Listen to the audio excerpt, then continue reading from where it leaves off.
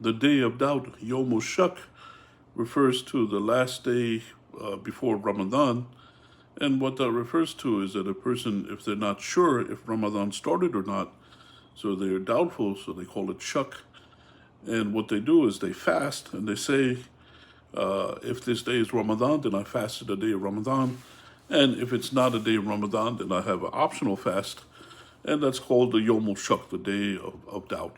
And what happens is, in Prophet Muhammad in the hadith, he forbade fasting on the day of doubt, because what happens is that's the hadith from Rasulullah, because a person, they're not sure if they're fasting a obligatory fast in Ramadan or if they're fasting a optional fast.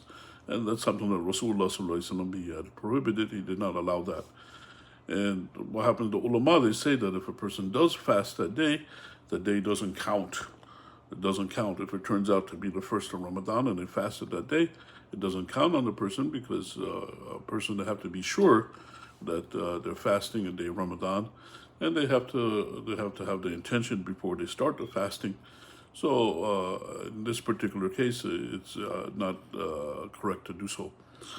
And the day of doubt is when a person, they look for the new moon, and the person, they don't know for sure if anybody recited the new moon or not, or the next day is Ramadan or not.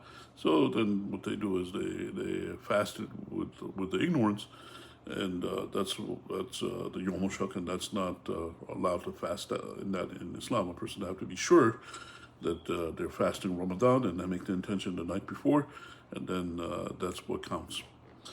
And the reason the ulama, they say that the wisdom behind it, that the day is not correct, is because a person, they have two intentions for that fast. They don't have one intention for it.